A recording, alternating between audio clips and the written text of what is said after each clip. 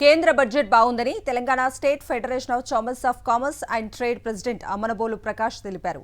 మధ్యతరగతి ప్రజానీకానికి బడ్జెట్లో ఏటా 12 లక్షల సంపాదన ఉన్నవారికి ట్యాక్స్ మినహాయింపు స్లాబ్ తీసుకురావడం సంతోషంగా ఉందన్నారు.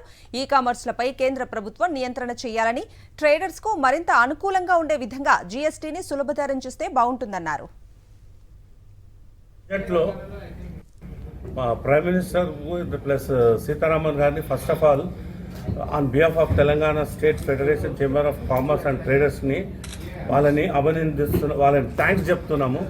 ఎందుకంటే ఫస్ట్ ఈ గవర్నమెంటు జిఎస్టీ ఇంట్రడ్యూస్ చేసిన తర్వాత అదేవిధంగా మన ఫేస్లెస్ ఇన్కమ్ ట్యాక్స్ రిటర్న్ చేసిన వల్ల ట్రేడర్స్పై చాలా మట్టికి ఈజ్ ఆఫ్ డూయింగ్ బిజినెస్ అయింది. అదేవిధంగా అటు మన గవర్నమెంట్కి రెవెన్యూ పెరిగింది, మాకు ఈజ్ ఆఫ్ బిజినెస్లో కూడా మాకు కూడా ఏదైతే ఉందో చాలా ప్రెషర్స్ ఉండేనో ఆఫీసర్స్ చాలా మట్టుకి తగ్గింది. కాబట్టి చాలా సింప్లిఫికేషన్ అయిపోయింది. That is welcome.